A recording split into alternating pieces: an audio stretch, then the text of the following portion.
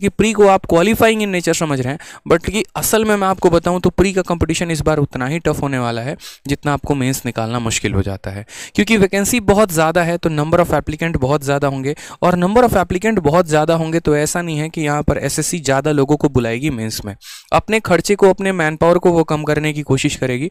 उस केस में वो कट ऑफ बहुत ज़्यादा जाएगा, और आप में से बहुत ऐसे होंगे जो उस कट ऑफ को क्वालिफाई नहीं कर पाएंगे, खासकर वो जो एज अ क्वालिफाइंग नेचर की तरह उसको ट्रीट करके चल रहे हैं। अगर पहले आपके माइंड में ये विजन था कि कट ऑफ 140 थी, तो आज के टाइम पर आपका विजन ये होना चाहिए कि मेरे लिए तो अब कट ऑफ 160 हो चुकी है, और मुझे मिनिमम अगर लेकर आना है तो 160 नंबर लेकर आना है ताकि मैं वो कट ऑफ क्वालिफाई कर पाऊं। ठीक है, बेशक उसके नंबर नहीं जोड़ने हैं, किसी के अगर मानिए कट ऑफ 160 है, किसी का 165 आ रहा है और 170 आ रहा है, दोनों बराबर हो जाएंगे, लेकिन वो तब बराबर होंगे ना जब पहले वो कट ऑफ को क्लियर करेंगे। कट ऑफ ही क्लियर नहीं किया तो क्या बात हो जाएगी मेरे भाई। तो इसलिए इस बात को ध्यान रखो, कट ऑफ क्लियर करने के लिए आपके लिए सबसे इंपॉर्टेंट क्या है, मैथ्स। ठीक, क्योंकि आपको पता है कि मैथ्स ऐसा सब्जेक्ट है जहां पर आप कितना स्कोर कर सकते हैं, पूरा का पूरा 100% स्कोर कर सकते हैं। बाकी जीएस कितना भी पढ़ लो, एक ऐसा समंदर है जहां पर गुम हो जाओगे पता भी नहीं चलेगा। ठीक है, तो मैथ और रीजनिंग ऐसे सब्जेक्ट हो गए जहां पर पूरा 100% मेरे भाई आप स्कोर कर सकते हैं। इसी वजह से आप इस पर सबसे ज्यादा फोकस करें, आपके लिए सबसे ज्यादा फायदेमंद है। सीजीएल का पैटर्न देखा कि सीजीएल के पैटर्न में कैसे परिवर्तन हुआ, और इस पैटर्न की अगर हम बात करें यहाँ पर तो आपने देखा है कि अरिथमेटिक में आपके कितने क्वेश्चन आ रहे हैं, तो कुल मिलाकर मेरे भाई अरिथमेटिक में आपके मैथ्स के आएंगे 25 क्वेश्चन। ठीक है, ये आपका प्री का आपका एक तरीके से वेटेज है। और अगर हम मेंस की बात करते हैं तो मेंस में आपका मैथ्स का 30 क्वेश्चन आ रहा है। ठीक है, इन 25 क्वेश्चन में आपको भी पता है कि हर बार 4 क्वेश्चन जो होता है वो डीआई का फिक्स होता है, और मेंस में 30 क्वेश्चन है तो ऐसा है नहीं कि डीआई का वेटेज कम होगा, डीआई का वेटेज नॉर्मल है, 4 क्वेश्चन मिनिमम चाहिए ही चाहिए, यानी लगभग 8 सवाल। और ये अगर 8 क्वेश्चन की अगर आप देखोगे ना परसेंटेज 55 सवालों में, तो 14 दशमलव समथिंग यानी 15% का अकेला ये वेटेज मेरे भाई ये चैप्टर रखता है। अब सबसे बड़ी बात आ जाती है, चलो वेटेज तो 15% का रखता है, ठीक है, कोई दिक्कत की बात नहीं है।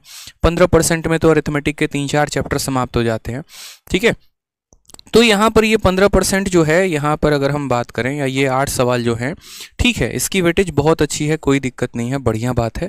लेकिन सबसे महत्वपूर्ण बात यहाँ पर ये भी है कि इन 8 सवालों में बच्चा मुश्किल से मुश्किल यहाँ पर 2 से 3 सवाल अटेम्प्ट ही कर पाता है। मेंस में तो ऐसा होता है कि बाकी सवालों के चक्कर में डीआई को छोड़ना पड़ता है। डीआई के साथ एक फोबिया यहाँ पर यह भी हो जाता है, भाई डीआई है, हमसे नहीं होगा। डीआई को आप ऐसे ट्रीट करते हैं जैसे सारा जब टॉपिक कंप्लीट हो जाएगा ना तो लास्ट में हम डीआई को ट्रीट करेंगे, जबकि देखिए असली गेम यहीं से होता है। आप उन टॉपिक्स को पढ़ रहे हैं जिसको पूरी की पूरी दुनिया पढ़ रही है। यार अगर एक बात बताओ, ज्योमेट्री अगर आपको आती है तो दूसरों को भी तो आती है, प्रॉफिट लॉस आपको आता है तो दूसरों को भी तो आता है, फिर आप उनसे कंपटीशन में आगे कैसे बढ़े, मुझे बस ये बताओ। यानी आप उनको कंपटीशन में पीछे तो तब छोड़ोगे ना जब आपको वो टॉपिक बहुत अच्छे से आता होगा जो दूसरों को नहीं आता है, जिनमें आप गेम करना जानते हो जो दूसरे नहीं जानते, तो वो गेम आप यहाँ पर डीआई के इन 8 क्वेश्चन से करने वाले हो।